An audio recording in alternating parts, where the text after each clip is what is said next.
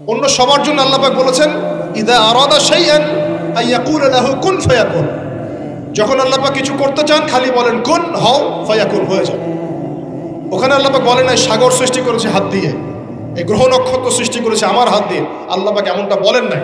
আদম আলাইহিস সালামকে আল্লাহ পাক কত মহব্বত করেন, আল্লাহ পাক বলছেন যে আমি তাকে আমার নিজ হাতে সৃষ্টি করেছি। আর আজকে তোমরা শেখাচ্ছ মানুষকে আস্তাগফিরুল্লাহ যে মানুষ বানর থেকে হয়ে যায়। কত বড় কুফরি, কত বড় শিরক, কত বড় লজ্জা। নিজের সম্মান মানুষ নিজেই ভাবে নষ্ট করতে পারে, নিজের সম্মান নিজে নষ্ট করতে পারে। আমাদেরকে আল্লাহ সৃষ্টি করেছেন আদম আলাইহিস সালাম থেকে। তারপরে যান, শুধু সৃষ্টি করেন নাই, আল্লাহ পাক সমস্ত নাম শিক্ষা দিয়েছেন। নাম মানে এখানে শুধু নাম, মঙ্গল, নেপচুন, প্লুটো এগুলো না। নাম মানে হচ্ছে জ্ঞান। নাম মানে কি? জ্ঞান। একটা এক্সাম্পল দেই, যখন আপনি বাচ্চাকে বলেন যে A for Apple, A for কি? অ্যাপল যে শিখাচ্ছেন, অ্যাপল বলতে কিন্তু সে শুধুমাত্র একটা ওয়ার্ড শিখে না, ও কিন্তু শিখে অ্যাপল মানে একটা এমন কিছু যেটা খেতে হয়। কি করতে হয়? খেতে হয়। যখন আপনি শেখান এ ফর অ্যান্ট, ও বুঝতে পারে অ্যান্ট হচ্ছে একটা সৃষ্টি, এটা চলাচল করে, কালো কালো দেখতে, ও কিন্তু মাথার মধ্যে ওটা ছবি এঁকে নেয়। তো এটা নাম মানে শুধু নাম না, জ্ঞান। আল্লাহ পাক আদম আলাইহিস সালামকে সমস্ত জ্ঞান শিক্ষা দিলেন। আল্লামাল ইনসান মা লাম ইয়ালাম, আল্লাহ বলছেন আমি মানুষকে সেই জ্ঞান শিক্ষা দিয়েছি যা মানুষ জানতো না। মানে আমরা সৃষ্টিগতভাবে জ্ঞানী ছিলাম না, আল্লাহ পাক জ্ঞান শিক্ষা দিয়েছেন। কোন জ্ঞান শিক্ষা দিয়েছেন? যে জ্ঞান ফেরেশতাদেরও ছিল না। বলেন সুবহানাল্লাহ। আল্লাহ পাক জ্ঞান শিক্ষা দিয়ে ফেরেশতাদের সামনে নিয়ে গিয়ে বলছেন তোমরা এই নামগুলো বলো দেখি। ফেরেশতারা বলছেন লা ইলমা লানা ইল্লা মা আল্লামতানা, আল্লাহ আমাদের তো সেই জ্ঞান নাই, যা আপনি শিখিয়েছেন অতটুকুই জানি, এর বেশি জানি না। এবার আল্লাহ পাক বলছেন ইয়া আদম আম্বিহুম বিআসমাইহিম, আদম তুমি সব নাম বলে দাও দেখি। আদম আলাইহিস সালাম সমস্ত নাম দর করে সব বলে দিলেন। আমাদের পিতা জ্ঞানী ছিলেন না? ছিলেন না। আল্লাহ পাক নিজে তাকে জ্ঞান শিক্ষা দিয়েছে। আর আমরা বলছি মানুষ আস্তাগফিরুল্লাহ অন্য প্রাণী থেকে আসছে। সুবহানাল্লাহ, কত অদূরদর্শী মানুষেরা, কত সুদূর প্রসারী একটা কুফরি মতবাদ। এবার আল্লাহ পাক আদম আলাইহিস সালামকে বলছেন তুমি নাম বলে দাও, তিনি সব নাম বলে দিলেন। এবার গিয়ে আল্লাহ পাক ফেরেশতাদেরকে বলছেন এবার তোমরা একটা কাজ করো, ইয কুলনা লিল মালাইকাতি ইসজুদু লি আদম, তখন আল্লাহ পাক বলছেন যে আমি ফেরেশতাদেরকে বললাম তোমরা সবাই এখন আদমকে সিজদা করো। বলেন সুবহানাল্লাহ। কত সম্মান আমাদের পিতার। মহাবিশ্বে ফেরেশতাদের সামনে আল্লাহ পাক তাকে সিজদা করালেন ফেরেশতাদেরকে দিয়ে। ফাসাজাদু, সবাই সিজদা করলো, ইল্লা ইবলিস। কে সিজদা করলো না? ইবলিস। এখানে একটা বিষয় মনে রাখেন, আমাদের পিতাকে কিসের কারণে সম্মানিত করা হয়েছে? শারীরিক গঠন, চেহারার সৌন্দর্য, টাকা পয়সা, রিজিক, কোনটার কারণে? এইটাই মনে রাখবেন। মুসলিম উম্মাহ যদি আজকে সারা বিশ্বের নেতৃত্ব দিতে চায়, সবাইকে জ্ঞানী হতে হবে, জ্ঞানের বিপ্লব ঘটাতে হবে। বলেন সুবহানাল্লাহ। বলেন আমিন। এই জ্ঞানের বিপ্লব ঘটাতে পারলে ইনশাআল্লাহ মুসলিম উম্মাহ আবার সেই জায়গায় যাবে যেখান থেকে আমরা এসেছি। জ্ঞান ছাড়া আমরা কিচ্ছু করতে পারবো না।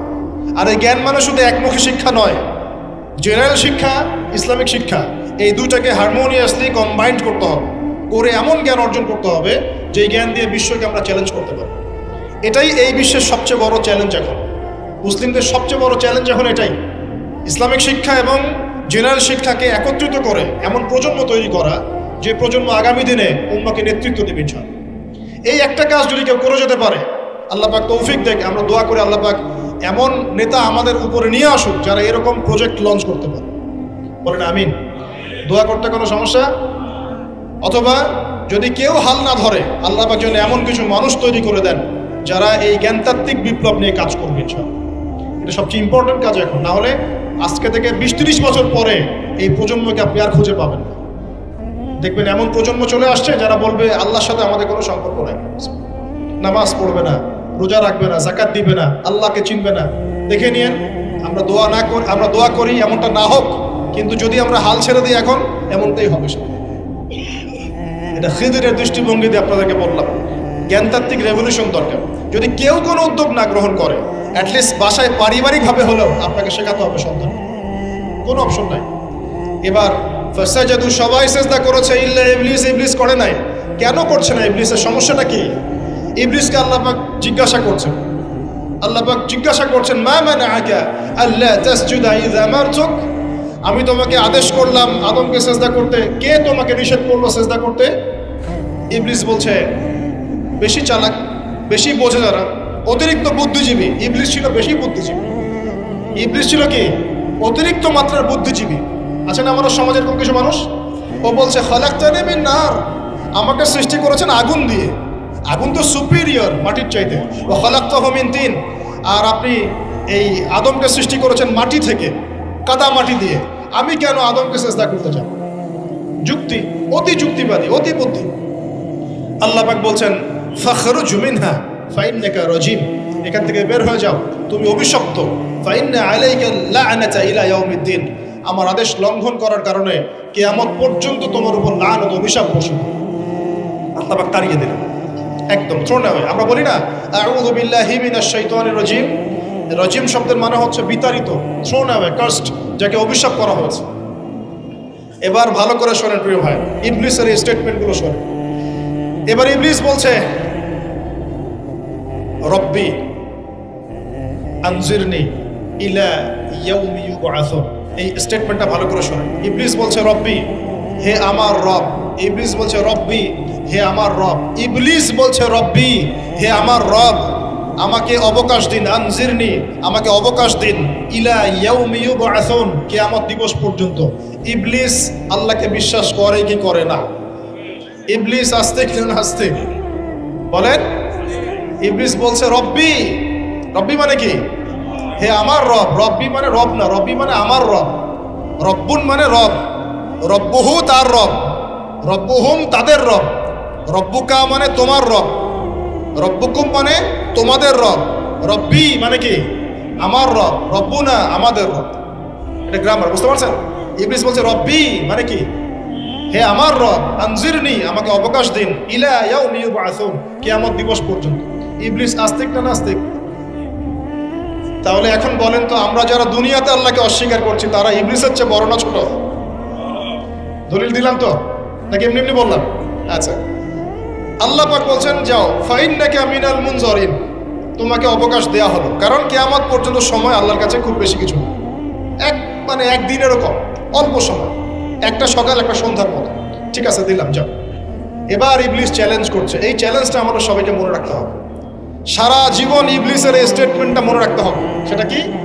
ইবলিস বলছে ফাবিমা আগওয়াইতানি, সূরা আরাফ পড়ে দেখবেন। ইবলিস বলছে ফাবিমা আগওয়াইতানি, আপনি যে আদমের কারণে আমাকে আজকে বের করে দিলেন জান্নাত থেকে, লাআকুদান্না লাহুম সিরাতাকাল মুস্তাকিম, আমি সেই আদমের সরল পথে ওত পেতে বসে থাকব, চুপটি খাপটি মেরে বসে থাকব, খাপটি মেরে ওর জন্য বসে থাকব।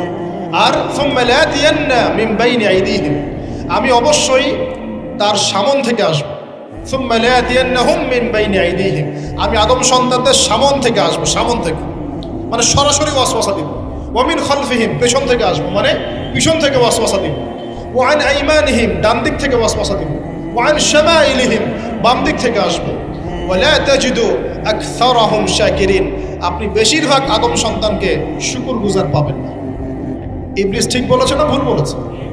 বেশিরভাগ মানুষ নামাজ পড়ে না, বেশিরভাগ মানুষ সুদ খায় কি খায় না, বেশিরভাগ মেয়ে এখন বেপরদায় চলে কি চলে না, বেশিরভাগ মানুষ এখন অন্যায় করে কি করে না, বেশিরভাগ মানুষই আল্লাহ থেকে দূরে চলে। ইবলিস কিন্তু ঠিকই বলেছে, ঠিক বলে নাই?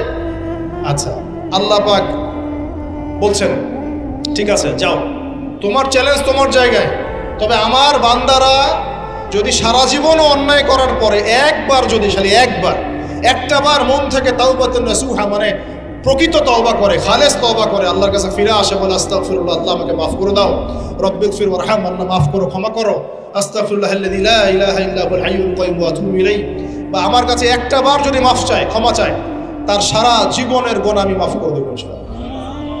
আর কি চাই? এই যে বললাম না, আমাদেরকে ভালোবেসে আল্লাহ সৃষ্টি করেছে। এবার ইবলিস চলে গেল, আর আদম আলাইহিস সালামের পাঁজর থেকে আল্লাহ পাক সৃষ্টি করলেন হাওয়া আলাইহিস সালাম। বলে সুবহানাল্লাহ। কারণ সঙ্গিনী ছাড়া আমরা চলতে পারবো না। পারবো? যারা চিরকুমার সঙ্গে নাম লেখাচ্ছ, এগুলো থেকে বের হয়ে আসো। এখন চিরকুমার থাকার টেন্ডেন্সি মানুষের, চিরকুমার থাকতে হবে কেন? সঙ্গী দরকার আছে কি নাই? আছে। একা একা লাগে, মানুষ একা একা চলতে পারে না। ইব্রাহিম আলাইহিস সালাম একা চলে আসছেন, তার সাথে সারা আলাইহিস সালাম ছিলেন। আমাদের নবীজি যখন একা, তার সাথে খাদিজা রাদিয়াল্লাহু আনহা ছিলেন। ঠিক আছে? ঠিক একইভাবে আদম আলাইহিস সালাম একা একা জান্নাতে, আল্লাহ পাক তার পাঁজর থেকে সৃষ্টি করলেন কাকে? হাওয়া আলাইহিস সালাম। বলে রাখি, হাওয়া আলাইহিস সালাম ছিলেন পৃথিবীর সবচেয়ে সুন্দরী নারীদের একজন। দুজন নারীকে সবচেয়ে সুন্দরী বলা হয়, কয়জন? একজন হাওয়া আলাইহিস সালাম আর একজন ইব্রাহিম আলাইহিস সালামের স্ত্রী সারা আলাইহিস সালাম। মনে থাকবে? এখানে মনে রাখবেন, নিজে যদি পবিত্র থাকেন, নিজের চরিত্রকে পবিত্র রাখেন, ইনশাআল্লাহ আপনি সব দিক থেকে ভালো একজন মেয়ে পাবেন। নিজের চরিত্র ঠিক থাকবে না, জেনা করবেন, 10 ঘাটের পানি খেয়ে আসবেন, দেখবেন যাকে বিয়ে করেছেন ও 15 ঘাটের পানি খেয়ে আসে। সতর্ক থাকবেন, আল্লাহ পাক হেফাজত করুন, বলি আমিন। এবার তারা দুজন জান্নাতে থাকতে লাগলেন। আল্লাহ পাক বলছেন, একটু মনোযোগ দেন, আল্লাহ বলছেন যে তোমরা দুজন জান্নাতে থাকো। ফাকুলা মিনহা রাগাদান হাইসু শি'তুমা, জান্নাতে যা ইচ্ছা তোমরা খাও, কোনো সমস্যা নেই, থাকো খাও। ওয়ালা তাকরাবা হাদিহি শাজারা, কিন্তু একটা আদেশ করছি তোমাদেরকে, এই যে গাছটা দেখছো এই গাছের কাছেও যাবে না। শব্দগুলো বোঝার চেষ্টা করো। আল্লাহ পাক বলছেন না যে গাছের ফল খাবে না, আল্লাহ পাক বলছেন গাছের কাছেও যাবে না। ঠিক যেমন আল্লাহ বলছেন ওয়ালা তাকরাবু আমওয়ালাল ইয়াতীম, এতিমের মালের কাছেও যাবে না। আল্লাহ বলছেন না এতিমের মাল খেও না। আল্লাহ বলছেন ওয়ালা তাকরাবু জিনা, জেনার কাছেও যেও না। আল্লাহ কিন্তু বলছেন না জেনা করো না। ঠিক একই ভাষায় আল্লাহ পাক বলছেন ওয়ালা তাকরাবা হাদিহি শাজারা, তোমরা দুজন এই গাছের কাছেও যাবে না। দ্যাটস অল, আর কোনো সমস্যা নাই, জান্নাতে থাকো। এবার তারা জান্নাতে থাকতে লাগলেন। থাকতে থাকতে এক পর্যায়ে ইবলিস ওয়াসওয়াসা দেওয়া শুরু করলো। কি ওয়াসওয়াসা দিল যে আমাদের পিতা মাতা সেখানে চলে গেলেন? ভাবার বিষয় তো নাকি? কি এমন বললো ইবলিস যে তা আমাদের পিতা মাতা রিসিভড হয়ে গেলেন? এই কথাটা আছে সূরা তাহায়। কোন সূরা? তাহা পড়ে দেখবেন। আল্লাহ পাক বলছেন ইবলিস আমাদের পিতাকে বোঝাচ্ছে, বলছে ইয়া আদম, হে আদম, হাল আদুল্লুকা, আমি কি তোমাকে জানিয়ে দিব, খবর দিব, আলা শাজারাতিল খুলদি ওয়া মুলকিন লা ইয়াবলা, এমন একটা গাছের কথা কি জানিয়ে দিব যেই গাছের কাছে গেলে বা তার ফল খেলে তুমি দুটো জিনিস পাবে, চিরস্থায়িত্ব পাবে, কোনোদিন মরবে না, আর বিশাল ক্ষমতার মালিক হবে। অন্য আয়াতে আসছে যে তোমরা ফেরেশতা হয়ে যাবে। এই দুটো কথা। তাহলে কি প্রলোভন দিল? চিরস্থায়িত্বের প্রলোভন এবং কি অমরত্বের প্রলোভন, অমরত্ব এবং ক্ষমতা। একটু মনোযোগ দেন, এই দুনিয়াতে যারা আল্লাহর পথ থেকে বিচ্যুত হয়ে গেছে বেশিরভাগ এই দুটা ক্ষমতার ফাঁদে, না হলে দুনিয়ার এই যে মোহ, অমরত্ব, দুনিয়ার জীবন নিয়ে পড়ে থাকা, এই দুনিয়ার প্রেমেই মানুষ নিজের পথ হারিয়ে ফেলেছে। এই দুটোই হয়েছে। এক পর্যায়ে পিতা মাতা চলে গেলেন, ফল খেয়ে ফেললেন, যদিও বা ফল খাওয়ার কথাটা কোরআনে নাই, কোরআনে আছে তারা গাছের কাছে চলে গেলেন। কি হলো গাছের কাছে যাওয়ার পরে? ফালাম্মা যাকাশ শাজারা, আল্লাহ পাক বলছেন যখন তারা গাছের কাছে চলে গেলেন, ভাই লক্ষ্য করেন, যখন তারা গাছের কাছে চলে গেলেন, প্রথম যে ঘটনা ঘটলো, বাদাত লাহুমা সাওআতুহুমা, তাদের যে কাপড় ছিল জান্নাতের কাপড়, গায়ে কাপড়টা থাপাস করে খুলে পড়ল। এখানে যদি আপনার কাপড়টা খুলে যায় কেমন লাগবে? বা কেউ যদি জোর করে কাপড় আপনার খুলে ফেলে কেমন লাগবে? কেউ যদি 10 জন জোর করে ধরে আপনার কাপড় খুলে দেয় কেমন লাগবে? আপনি নিজের জীবনের চাইতে বেশি কাপড়টা ধরে রাখার দিকে মনোযোগী হবেন না? আমাদের পিতা মাতাকে শয়তান জান্নাতে ফেরেশতাদের সামনে নগ্ন করে কাপড় খুলে পড়ে গেল। তার মানে জান্নাতে আমাদের পিতা মাতাকে নগ্ন করেছে কে? ইবলিস। তাহলে দুনিয়াতে যারা এখন আমাদের গা থেকে কাপড় খুলতে চায়, বেপর্দায় চলতে চায়, পর্দাকে কুপ্রথা বলে, কুসংস্কার বলে, যারা বলে যে অশ্লীলতার বিপ্লব ঘটুক, পোশাকের কোনো বাধা ধরা নিয়ম না থাকুক, সবাই স্বাধীন, যারা নগ্নতা অশ্লীলতার প্রচার প্রসার চায়, যারা মুসলিমদের গা থেকে কাপড় খুলতে চায়, এরা তাহলে কার হয়ে কাজ করছে? যেই কাজ শয়তান করেছে জান্নাতে, ওই কাজই তারা করছে এখন জমিন। কথা কি প্রমাণ করতে পারলাম? প্রথম দুর্ঘটনা কোনটা? প্রথম দুর্ঘটনা এটা নয় যে তারা আল্লাহর হুকুম আহকাম ত্যাগ করেছেন, আল্লাহকে অস্বীকার করেছেন, কুফরি করেছেন, শিরিক করেছেন, এগুলো হয়নি প্রথমে। সর্বপ্রথম দুর্ঘটনা হয়েছে গা থেকে কাপড় খুলে পড়ে গেছে, তাও জান্নাতে সবার সামনে। এবার আমাদের পিতামাতার কি অবস্থা চিন্তা করেন, লজ্জাস্থান প্রকাশিত হয়ে গেছে। এবার তারা জান্নাতের গাছের পাতা ছিঁড়ে ছিঁড়ে ছিঁড়ে গা এই লজ্জাস্থান ঢাকা শুরু করলেন। এটা সূরা আরাফের মধ্যে আছে। এবার আল্লাহ পাক তাদেরকে বললেন, আলাম আকুল লাকুমা, আমি কি তোমাদের দুজনকে বলি নাই, ইন্নাশ শাইতানা লাকুমা আদুউম মুবিন, শয়তান তোমাদের স্পষ্ট শত্রু, আমি কি তোমাদেরকে বলি নাই? এবার আমাদের পিতামাতা দরদর করে চোখের পানি ফেলে দিয়ে আল্লাহকে বলছে, রব্বানা যালামনা আনফুসানা ওয়া ইল্লাম তাগফির লানা ওয়া তারহামনা লানাকুনান্না মিনাল খাসিরিন। এই দোয়া করার পর আল্লাহ পাক তাদেরকে মাফ করে দিলেন, সুবহানাল্লাহ। কিন্তু জান্নাতে আর থাকা হলো না, জান্নাতে আর থাকা হলো না। আমরা অনেকে মনে করি এই ঘটনার কারণে হয়তো আল্লাহ পাক তাদেরকে নামিয়ে দিয়েছেন। এই কথাও ঠিক না। কেন ঠিক না? কারণ আল্লাহ পাক দুনিয়া সৃষ্টি করেছেন আগে, আর আল্লাহ আগেই মানুষ সৃষ্টি করার আগেই আল্লাহ পাক বলেছেন দুনিয়াতে আমার খলিফা পাঠাবো। তার মানে দুনিয়াতে যে আদম আলাইহিস সালামকে পাঠানো হবে এটা আগে থেকেই লেখা ছিল, এটা পরীক্ষা। এবার নামিয়ে দিচ্ছেন আল্লাহ পাক, কুল নাহবিতু মিনহা জামিআ, তোমরা সবাই এখন নেমে যাও। কে কে নেমে যাও? আদম, হাওয়া, ইবলিস সব নেমে যাও। কোথায় নেমে যাও? দুনিয়াতে নেমে যাও। ফাইম্মা ইয়াতিয়ান্নাকুম মিন্নি হুদান, দুনিয়াতে তোমাদের কাছে আমার পক্ষ থেকে হেদায়েত আসবে। কি আসবে? হেদায়েত মানে আল্লাহর কিতাব এবং নবী রাসূল আসবে। ফামান তাবিআ হুদায়া, যারা আমার হেদায়েতকে মেনে চলবে, ফালা খাউফুন আলাইহিম ওয়ালা হুম ইয়াহজানুন, তাদের কোনো টেনশন নাই, কোনো ভয় নাই। যে জান্নাত থেকে এসেছো ওখানেই ফিরে আসবে ইনশাআল্লাহ। কিন্তু ওয়াল্লাযীনা কাফারু ওয়া কাযযাবু বিআয়াতিনা, যারা আমার আয়াতকে মিথ্যা প্রতিপন্ন করবে, অস্বীকার করবে, ফাউলাইকা আসহাবুন নার, এরা হবে জাহান্নামের অধিবাসী। হুম ফিহা খালিদুন, তারা সেখানে ওই শয়তানের সাথে চিরস্থায়ী। এই দর্শনটা কি সহজ না কঠিন? দুনিয়াতে যাচ্ছ যাও, এই দুনিয়ার জীবন চিরস্থায়ী নয়, নির্দিষ্ট টাইম দেওয়া হয়েছে। এখানে মাতাউন ইলাহিন, এখানে নির্দিষ্ট সময়ের জন্য তোমাদেরকে রিজিক দেওয়া হবে, আবাসস্থল দেওয়া হবে, স্ত্রী সন্তান বাড়ি গাড়ি সব দেওয়া হবে, তবে এটা চিরস্থায়ী নয়। এখানে হেদায়েত আসবে, কোরআন সুন্নাহ আসবে, আল্লাহর ওহী আসবে, নবী রাসূল আসবেন। তোমরা যদি এই ওহী মেনে চলো, নবী রাসূলের আনুগত্য করো, আবার সেই জান্নাতে ফিরে আসবে ইনশাআল্লাহ, কোনো টেনশন নাই, কোনো ভয় নাই। কিন্তু যদি এই দুনিয়ার সংক্ষিপ্ত জীবনে শয়তানের তাবেদারি করা শুরু করো, তাহলে শয়তানের সাথেই পরকালে জাহান্নামে থাকতে হবে, জান্নাতে যাওয়া হবে। এই হলো পরীক্ষা। এবার আমরা দুনিয়াতে নেমে আসলাম, তার মানে আমরা এই দুনিয়ার বাসিন্দা ছিলাম না জান্নাত থেকে আসছি? দুইটা বিষয় একদম স্পষ্ট। আমাদের পিতা হচ্ছেন আদম আলাইহিস সালাম, যিনি বানর ছিলেন না, মানুষ ছিলেন, এক। আর দুই নাম্বার, আমরা এই দুনিয়াতে বিবর্তনবাদের মধ্য দিয়ে আসি নাই, সরাসরি জান্নাত থেকে আসছি। আল্লাহ পাক আদম আলাইহিস সালামকে জান্নাত থেকে দুনিয়াতে পাঠিয়েছে, জান্নাত থেকে সরাসরি দুনিয়াতে পাঠিয়েছে। বরং কোরআন এর উল্টা কথা বলেছে। কি কথা? কোরআন সূরা বাকারায় বলছে একটা জাতি ছিল, তার নাম বনু ইসরাইল। কি নাম? এই বনু ইসরাইলের মধ্যে একটা দলকে আল্লাহ পাক বলেছিলেন শনিবারের দিনে মাছ ধরবে না। কি বলেছেন?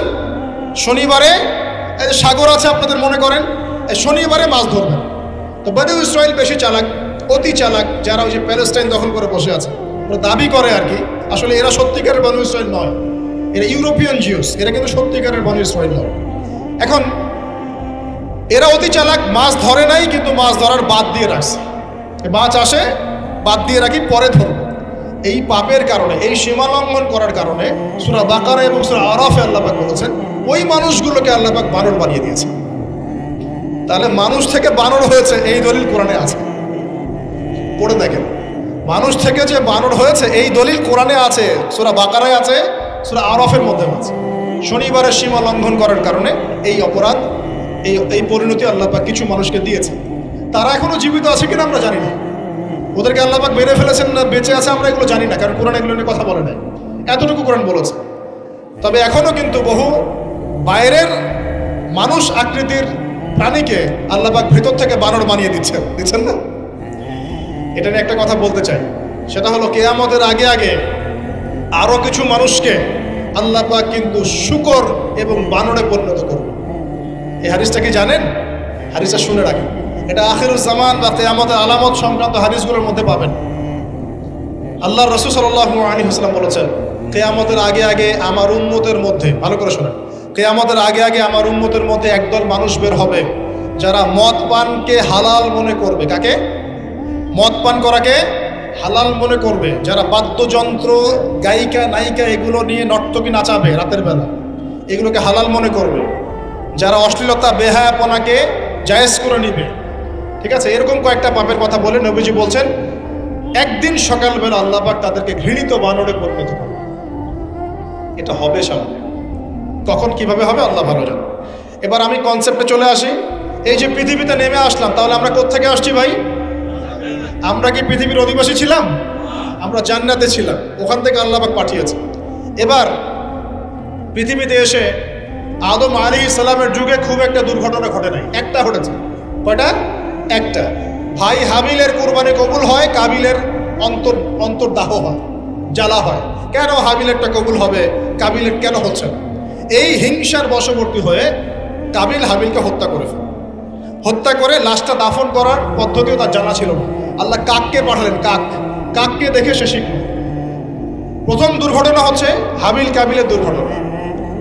বলে রাখি, আজকেও নিজের ভাইয়ের বেশে বহু কাবিল মুসলিম সমাজের মধ্যে ঘুরে বেড়ায়। নিজের ভাইয়ের লেবাসে, পোশাকে, সুরতেই বহু কাবিল এখনো কিন্তু মুসলিম সমাজে ঘুরে বেড়ায়। তো আমরা কাবিলদেরকে কাবিলের পরিণতি সম্পর্কে সচেতন করতে চাই। হাবিল বলেছিল, তুমি যদি আমাকে মারতে আসো, আমি তোমাকে মারার জন্য হাত বাড়াবো না। হাবিল জান্নাতে যাবে আর কাবিল জাহান্নামে যাবে। কেন কাবিল জাহান্নামে যাবে? নবীজি বলেছেন, পৃথিবীর প্রথম হত্যাকাণ্ড সংগঠিত করেছে কাবিল। এ কারণে পৃথিবীতে যত খুন হবে, সমস্ত খুনের পাপের একটা অংশ কাবিলের আমল নামায় যোগ করা হয়। বলে একটা কথা মনে রাখবেন, সদকায়ে জারিয়া যেমন আছে, গুনাহে জারিয়াও আছে। একটা মদের দোকান দিয়েছেন, যত মানুষ মদ খাচ্ছে, সমস্ত গুনার একটা অংশ আপনার কাঁধে আসছে। সিনেমা হল করেছেন, মানুষ সারাদিন নেকটা ছবি দেখে, নগ্ন ছবি দেখে, যত মানুষ এখানে পাপ করবে, সমস্ত পাপের একটা অংশ আপনার কাঁধে যাবে। আবার একটা মাদ্রাসা করেছেন, যত মানুষ এখানে দ্বীনি ইলম শিখবে, এই নেকির একটা অংশ আপনি পাবেন। মরে গেলেও কবরে পাবেন। আল্লাহ পাক আমাদের সবাইকে সদকায়ে জারিয়া করার তৌফিক দেন, গুনাহে জারিয়া থেকে বাঁচিয়ে রাখুন। খুব খেয়াল রাখবেন, আল্লাহ পাক আমাদের হেফাজত করুন। দুনিয়া এবার ওই যুগ শেষ, নূহ আলাইহিস সালামের যুগ। এই যুগে আল্লাহর একই সুন্নাত। নূহ আলাইহিস সালাম 950 বছর দাওয়াত দিলেন, 40টা বা 80টা পরিবার ইসলাম কবুল করেছে, বাকিরা করেন। যারা করে নাই আল্লাহ পাক তাদেরকে ডুবিয়ে মারলেন, যারা করেছে আল্লাহ পাক উদ্ধার করলেন। সোজা কথা।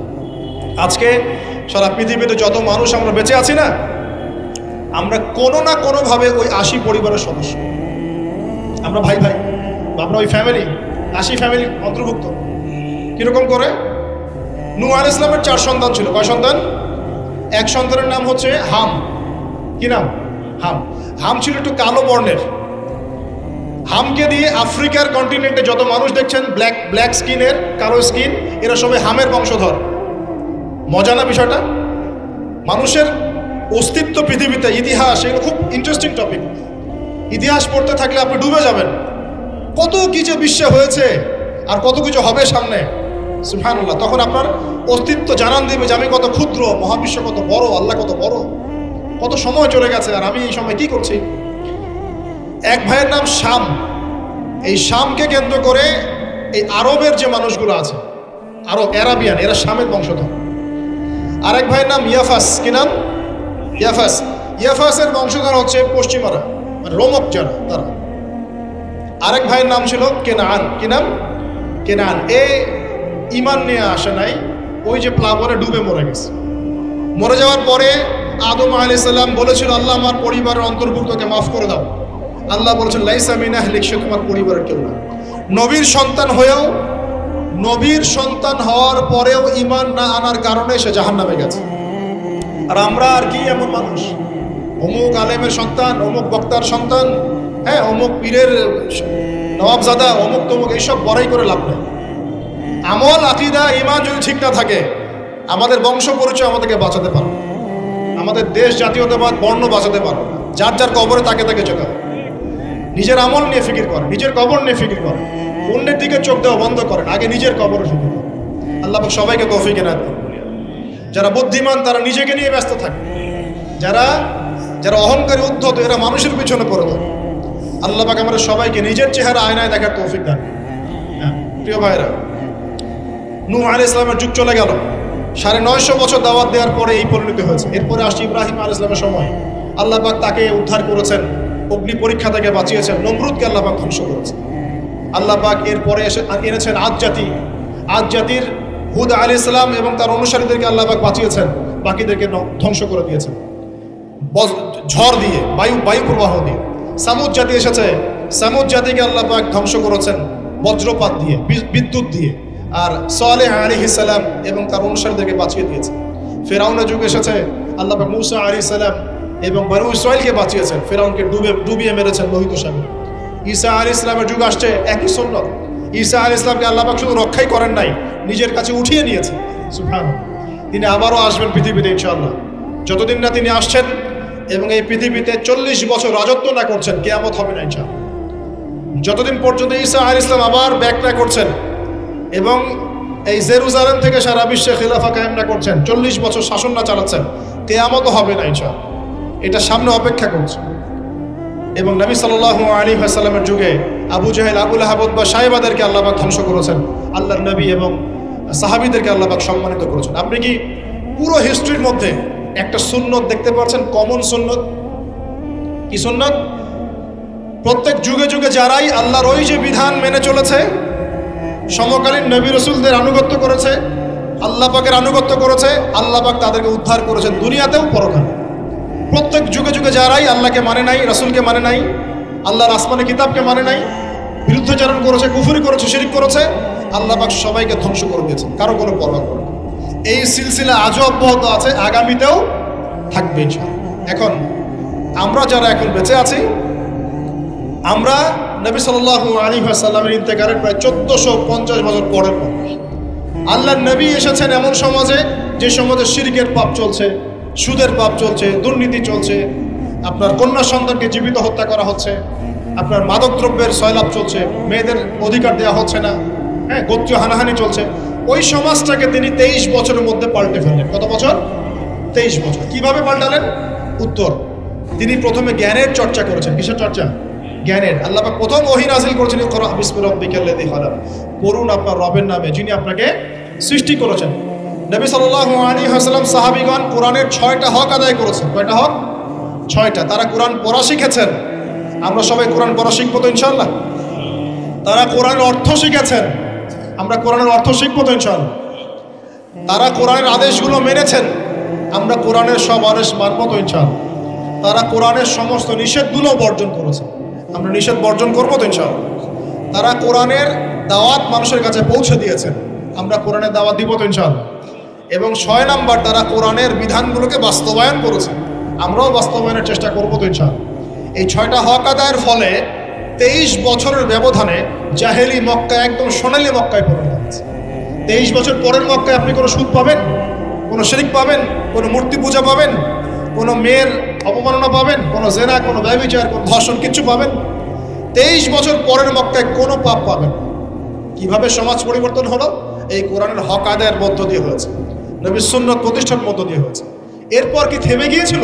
উত্তর, না। এরপর আবু বকর সিদ্দিকের যুগ এসেছে, প্রায় 2 থেকে আড়াই বছর তিনি শাসন কার্য চালিয়েছেন। ওই যুগে কি মানুষ আবার খারাপ হয়ে গিয়েছিল? উত্তর, না। বরং ইসলাম আরো বেগবান হয়েছে আলহামদুলিল্লাহ। এরপর এসেছে ওমর রাদিয়াল্লাহু আনহুর যুগ। কত বছর? প্রায় 10 বছর। কত বছর? 10 বছর। এই 10 বছরে কি মুসলিমরা আবার খারাপ হয়ে গিয়েছিল? ওমর রাদিয়াল্লাহু আনহুর কোর্টের মধ্যে কি প্রতিদিন কেস আসতো? সারা বছরে একটা কেসও আসতো না। মানুষ এত ভালো ছিল, সারা বছরে একটা কেসও আসতো না। বরং যারা রাষ্ট্রীয় পর্যায়ে দায়িত্বশীল ছিল তারা এসে বলতো যে আমাদের ভাতাগুলো বন্ধ করে দেন, বসে বসে বেতন নিব কেন, কোনো তো কেসই আসে না, বসে থাকবো কেন? এরকম সমাজ ছিল। একজন ব্যক্তি খুঁজে পাওয়া যেত না যে নামাজ পড়ে না, একজন মুসলিম পাওয়া যেত না যে জাকাত দেয় না সামর্থ্য থাকলে, এমন মুসলিম খুঁজে পাওয়া যেত না যে কোরআন পড়তে জানে না, হাদিসের চর্চা করে না, যে দাওয়াতি কাজ করে না, যে আল্লাহর পথে দাওয়াত এবং জিহাদে আত্মনিয়োগ করে না, এমন মুসলিমই খুঁজে পাওয়া যায়। এরপরে আসলো উসমান রাদিয়াল্লাহু আনহুর যুগ। ওই যুগে ফিতনা শেষের দিকে সৃষ্টি হওয়া শুরু হয়। কোন বিষয়কে কেন্দ্র করে? কোরআন সংকলনকে কেন্দ্র করে ফিতনা সৃষ্টি হয়। আতাতায়ীদের, বিদ্রোহীদের হাতে উসমান রাদিয়াল্লাহু আনহুকে নির্মমভাবে শাহাদাত বরণ করতে হয়েছে। তিনি প্রায় 12 বছর শাসন কার্য চালিয়েছেন। ইসলাম আরও এগিয়ে গেছে। এরপর এসেছে আলী রাদিয়াল্লাহু আনহুর যুগ। আলী রাদিয়াল্লাহু আনহুর খেলাফতে ওই উসমান রাদিয়াল্লাহু আনহুর ঘটনাকে কেন্দ্র করে, হত্যাকাণ্ডকে কেন্দ্র করে মুয়াবিয়া রাদিয়াল্লাহু আনহু এবং আলী রাদিয়াল্লাহু আনহুর মাঝখানে একটা ব্যাটল, একটা যুদ্ধ হয়ে গেছে। এর নাম হলো সিফফিনের যুদ্ধ। কিসের যুদ্ধ? সিফফিন। যাই হোক, এক পর্যায়ে আলী রাদিয়াল্লাহু আনহুকে এরকম বিদ্রোহীদের হাতে, খারেজিদের হাতে শহীদ হতে হয়। বলে ইন্না লিল্লাহি ওয়া ইন্না ইলাইহি রাজিউন। তারপরে হাসান রাদিয়াল্লাহু আনহু অল্প কয়েকদিন শাসন কার্য চালান। তারপর উম্মার ঐক্যের খাতিরে তিনি তার শাসন কার্যের ভারটাকে মুয়াবিয়া রাদিয়াল্লাহু আনহুর হাতে সুপুর্দ করে দেন, যা ছেড়ে দিলেন। মুয়াবিয়া রাদিয়াল্লাহু আনহুর সময় থেকে উমাইয়াদের শাসন শুরু হয়। উমাইয়ারা শাসন করেছে প্রায় 132 হিজরি পর্যন্ত। কত হিজরি? 132 হিজরি পর্যন্ত প্রায় 92 ইয়ার্স, 90-92 বছর তারা শাসন করছে। এ সময় ইসলাম আরও এগিয়ে গেছে, পিছিয়ে যায় নাই। ফিতনা এসেছে, দমন করা হয়েছে, মুসলিমরা বীর দর্পে বিশ্বের বুকে শাসন কার্য চালিয়েছে।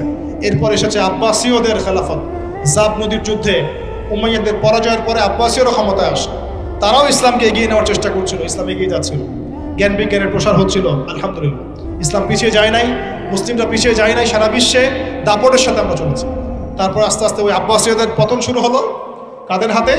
এই তাতারিদের হাতে, মঙ্গোলিয়ানদের। মাত্র 40 দিনের ব্যবধানে পুরো বাগদাদের মধ্যে প্রায় 20 থেকে 25 লক্ষ মানুষকে হত্যা করা হয়েছে।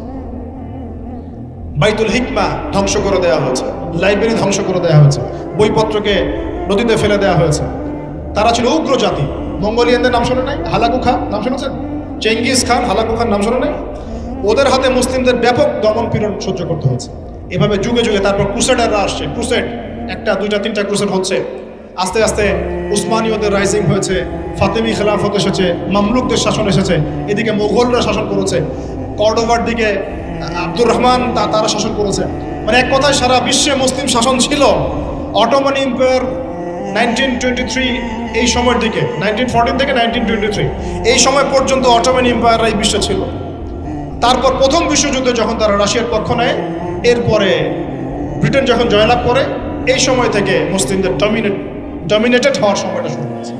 তারপরে মুসলিমরা আস্তে আস্তে রাষ্ট্র ভাগ করে ফেলেছে, প্রত্যেক রাষ্ট্র টুকরা টুকরা হয়ে গেছে, ইউনিটি নষ্ট হয়ে গেছে, রাষ্ট্রের ভিতরে বিভিন্ন ফাসাদ তৈরি করে দেওয়া হয়েছে, মুসলিমদের ঐক্য ভেঙে গেছে, ইকোনমি দুর্বল হচ্ছে, সব মিলিয়ে আজকে মুসলিমদের আজকে এই অবস্থা হচ্ছে। আমাদের এখন যুবকরা চিনে না আল্লাহকে, নামাজ পড়তে মানুষ খুঁজে পাওয়া যাচ্ছে না, যাকাত দেওয়ার মানুষ পাওয়া যায় না, রমজান মাসে পার্ট টাইম রোজা রাখে, পার্ট টাইম তারাবি পড়ে, পার্ট টাইম জুমায় আসে, পার্ট টাইম ঈদে নামাজ পড়ে। প্রজন্ম আস্তে আস্তে এই জায়গায় চলে আসছে, আল্লাহকে চিনে না, রাসূলকে চিনে না, ইসলামের হিস্ট্রি জানে না, আমাদের শেকড় জানে না। এমনি এমনি হয়নি, লাস্ট 100 বছরে এই জায়গায় আমরা আসছি। লাস্ট 100 বছরের হিস্ট্রি ভালো করে পড়ে দেখবেন, বলার সময় নাই এখানে। লাস্ট 100 বছরের হিস্ট্রি পড়ে দেখবেন, যে জায়গায় আমরা ছিলাম সেখান থেকে একদম তলানিতে নেমে চলে আসছি। এখন প্রশ্ন হচ্ছে, এই অবস্থায় কি চিরস্থায়ী থাকবো, নাকি এখান থেকে আমরা সামনে যাব? সামনে যে এমনি এমনি যাওয়া হবে না এটা নিশ্চিত। সামনে যাওয়ার জন্য কিছু কাজ এবং ক্রাইটেরিয়া মেনটেন করতে হবে। আমরা জানি এরপরে আসবে ইমামুল মাহদির শাসন, তারপরে আসবে নবী ঈসা আলাইহিস সালামের শাসন, তারপরে দাজ্জালকে মেরে ফেলা হবে। আর দাজ্জালকে মেরে ফেলার আগে দাজ্জাল তার অনুসারীদেরকে নিয়ে বিশ্ব শাসন করবে 40 বছর। সরি 40 বছর না, 40 দিন। 40 দিন। প্রথম দিন হবে 1 বছরের সমান, দ্বিতীয় দিন হচ্ছে 1 মাস, তৃতীয় দিন 1 সপ্তাহের সমান। তারপরে দিনগুলো আমাদের দিনের মতোই। এরপর ঈসা আলাইহিস সালামের আগমনের মধ্য দিয়ে তার ধ্বংস হবে। এরপর ইয়াজুজ আর মাজুজ বের হবে। ইয়াজুজ আর মাজুজ খুব হিংস্র হবে, তাদেরকে হত্যা করার ক্ষমতা মুসলিমদের থাকবে না। মুসলিমরা তুর পাহাড়ে আশ্রয় নেবে, আল্লাহ পাকের গজবে তাদের ঘাড়ের মধ্যে একটা ভাইরাস জন্ম নেবে, এতে তারা মারা যাবে। বড় বড় নখরওয়ালা প্রাণী আল্লাহ পাঠাবেন, পাখি, এরা এসে এদেরকে উঠিয়ে উঠিয়ে কোনো জায়গায় ফেলে দিবে, মহাবিশ্বের কোনো এক জায়গায় এনে ফেলে দেবে। তারপর আল্লাহ পাক বৃষ্টি বর্ষণ করবেন, প্রচুর বৃষ্টি বর্ষিত হবে এবং বিশ্বের এই জমিনটা উর্বর হবে। তখন একটা ডালিম দেখেছেন? ডালিম, একটা ডালিম একটা পরিবার খাবে, একটা ডালিমের খোসার মধ্যে একটা পরিবার আশ্রয় নিতে পারবে, এত বড় বড় ফসল হবে। 40 বছর ঈসা আলাইহিস সালাম এই বিশ্বকে শাসন করবে, ন্যায়ের ভিত্তিতে, আদালতের ভিত্তিতে। ঘাটে মহিষে 1 ঘাটে পানি খাবে, বাঘে মহিষে 1 ঘাটে পানি খাবে, কেউ কারো উপর জুলুম করবে না। এরপর তার বিয়ে শাদী হবে, সন্তান হবে এবং তার ইন্তেকালও হবে স্বাভাবিকভাবে, এবং তাকে দাফন করা হবে নবী মুহাম্মদ সাল্লাল্লাহু আলাইহি ওয়াসাল্লামের কবরের পাশে, রওজার পাশে। এরপরে মানুষ আবার খারাপ হওয়া শুরু করবে, এতটা খারাপ হবে যে মানুষ রাস্তার মোড়ে মোড়ে জেনা ব্যভিচারে লিপ্ত হবে না, কুকুর শেয়ালের মতো। এই অবস্থায় পশ্চিম দিক থেকে সূর্য উঠবে এবং ব্যবসায়ী ব্যবসা করতে বসেছে, কাপড় খুলেছে, এই কাপড় গুটিয়ে নেওয়ার আগে কিয়ামত হয়ে যাবে। একজন ব্যক্তি পানির বোতল খুলেছে, পানি মুখে দেওয়ার আগেই কিয়ামত হয়ে যাবে। একজন ব্যক্তি বাসা থেকে বের হয়েছে, বাসায় ফেরত যাওয়ার আগে কিয়ামত হয়ে যাবে। উটকে পানি পান করানোর আগে কিয়ামত হয়ে যাবে। ওই সময় তওবার দরজা বন্ধ হয়ে যাবে। এই ইসরাফিল আলাইহিস সালাম সিংহায় ফুঁক দিয়ে দিবেন, মহাবিশ্ব ধ্বংস হয়ে যাবে। আল্লাহ পাক দ্বিতীয় ফুৎকারের মধ্য দিয়ে আবার সবাইকে উঠাবেন এবং এই দুনিয়ার জীবনে আমরা যে কাজগুলো করেছি এর হিসাব আমাদেরকে দিতে হবে। সেদিন যদি আমরা আল্লাহর কাছে প্রত্যেকটা কাজের হিসাব দিতে পারি, কোরআন সুন্নাহর উপর থাকতে পারি, আল্লাহর বিধিবিধান মেনে চলতে পারি, এই কারাগারের জীবনে আল্লাহর বিধান মেনে চলতে পারি, ইনশাআল্লাহ যেই জান্নাত থেকে আসছি আবার সেখানে ফিরে যাবো। আর যদি ওই দিন আমরা হিসাব দিতে ব্যর্থ হই, আল্লাহ না করুক, তাহলে ওই ইবলিসের সাথে, তার অনুসারীদের সাথে আমাদের সবাইকে জাহান্নামে থাকতে হবে বলে নাউজুবিল্লাহ। এভাবে হিস্ট্রি শুরু হয়েছে, হিস্ট্রি শেষ হবে। এই দুনিয়া চিরস্থায়ী হবে না, আর আমাদের অবস্থা এমন থাকবে। এখন শেষ কথা হচ্ছে, এই অবস্থা থেকে উত্তরণের জন্য আমাদের কি করণীয় হচ্ছে? উত্তর, আমাদের প্রথম দরকার জ্ঞান চর্চা। কি দরকার ভাই? জ্ঞান চর্চা, প্রচুর জ্ঞান চর্চা প্রয়োজন। জ্ঞান নাই কিছুই করতে পারবে। দ্বিতীয় কাজ হলো আমাদের সবার দরকার জানা অনুযায়ী আমল করা। জানা অনুযায়ী আমল করা, যে যত বেশি জানি আমল করার চেষ্টা করি, আল্লাহ পাক তৌফিক দান। এরপর দরকার আদর্শ পরিবার গড়ে তোলা। পারিবারিক আদর্শ সুন্দর হলে পরে সমাজটা সুন্দর হবে ইনশাআল্লাহ। আল্লাহ পাক আমাদের সবাইকে আদর্শ পরিবার গড়ার তৌফিক দান। দিনদার মেয়েকে বিয়ে করবেন, দিনদার ছেলেকে বিয়ে করবেন, অল্পে তুষ্ট থাকবেন, পরিবারের বিষয়ে সবর করবেন এবং সন্ততিদেরকে মানুষ করে যাওয়ার চেষ্টা করবেন। এরপর দরকার আমাদের হালাল রিজিক। সবাই যদি হালাল রিজিকে সন্তুষ্ট থাকি, সমাজের মধ্য থেকে অন্যায় এমনি অটোমেটিক কমে যাবে ইনশাআল্লাহ। প্রত্যেকটা কাজ করার আগে চিন্তা করব কিভাবে করলে হালাল হবে, কিভাবে করলে হারাম হবে। এরপর দরকার নবী সাল্লাল্লাহু আলাইহি ওয়াসাল্লামের সুন্নাহ মাফিক জীবন গড়া। 24 ঘন্টার দিন রাতে যে কাজগুলো আছে, এই কাজগুলোকে নবীর সুন্নত অনুযায়ী করার চেষ্টা করব, আল্লাহ পাক তৌফিক দান করুন। আরো দরকার আমর বিল মারুফের কাজ করা, মানে সৎ কাজে আদেশ করা। আমাদের সবাইকেই দাওয়াতি কাজ করতে হবে। একজন দুজন করবে, বাকিরা করবে না এমন নয়, সবাইকেই পার্ট টাইম হলেও দাওয়াতি কাজ করতে হবে। নামাজ আপনি পড়ছেন, নামাজের দাওয়াত দেন। আপনি যাকাত দিচ্ছেন, যাকাতের দাওয়াত দেন। আপনি রমজান মাসে রোজা রাখছেন, অন্য ভাইকেও রোজা রাখতে উৎসাহিত করেন। আপনি সুদ খাচ্ছেন না, অন্য ভাইকেও নিষেধ করেন, ভাই আপনিও খায়েন। আমি যা করি সেটা আপনি অবশ্যই প্রচার করুন, আপনি যা করেন সেটা আপনি প্রচার করুন, যা করেন না সেটা বলতে যাওয়ার দরকার নেই। তবে হ্যাঁ, আমলের কথা আপনি বলতেই পারেন। যদি আপনি তাহাজ্জুদ নিয়মিত পড়তে নাও পারেন, মানুষকে আপনি বলতে পারবেন তাহাজ্জুদের নামাজ পড়েন, তাহাজ্জুদ নামাজ পড়তে পড়া ভালো। ইনশাআল্লাহ আস্তে আস্তে আপনি নিজেও আমল করার চেষ্টা করবেন, আল্লাহ তৌফিক দান করুন। আমর বিল মারুফ, সৎ কাজে আদেশ করতে হবে। আরেকটা হচ্ছে অসৎ কাজে নিষেধ করতে হবে। সৎ কাজে শুধু আদেশ করলেই হয় না, অসৎ কাজেও কি করতে হয়? নিষেধ করতে হয়। মনে রাখবেন, শুধু সৎ কাজে আদেশ করলেই জীবনেও কোনোদিন আপনার উপর কোনো বালা মুসিবত, বিপদ আপদ, গালি তহমত আসবে না। যখন আপনি সৎ কাজে আদেশের সাথে সাথে অসৎ কাজেও নিষেধ করা শুরু করবেন, তখন চতুর্দিক থেকে আপনার উপরে বাধা আসা শুরু হবে। এটাই সুন্নাত। তবে এটা নবীর সুন্নাত। আল্লাহ পাক বলছেন, কুনতুম খায়রা উম্মাহ উখরিজাত লিন-নাস তা'মুরুনা বিল মা'রুফ ওয়া তানহাউনা আনিল মুনকার ওয়া তু'মিনুনা বিল্লাহ। আর আমাদের দায়িত্ব হচ্ছে পরবর্তী প্রজন্মকে মানুষ করে যাওয়া, নিজেদের জানমাল সময় শ্রম দিয়ে আল্লাহর জমিনে আল্লাহর দ্বীনটাকে প্রচার করা, প্রসার করা, প্রতিষ্ঠার চেষ্টা করা এবং চরমপন্থী না হওয়া, আবার গোলালু মার্কা শৈথিলতাবাদীও না, মধ্যমপন্থী থাকা, নিজের দায়িত্ব পালন করা, অন্যকে দিনের দিকে ডাকা। আমাদের ঊর্ধ্বতন কর্তৃপক্ষ যারা থাকবে সবার সামনে ইসলামটাকে যুগোপযোগীভাবে সত্য মিথ্যাকে স্পষ্ট করে দিয়ে উপস্থাপন করে। তারা যদি কবুল করে আলহামদুলিল্লাহ, যদি নাও করে তাদের দায়িত্ব তাদের, আমাদের দায়িত্ব আমাদের। That's all. আল্লাহ রাব্বুল আলামিন আমাদের সবাইকে কুরআন সুন্নাহ মাফিক জীবন করার তৌফিক দান করুন বলি আমিন।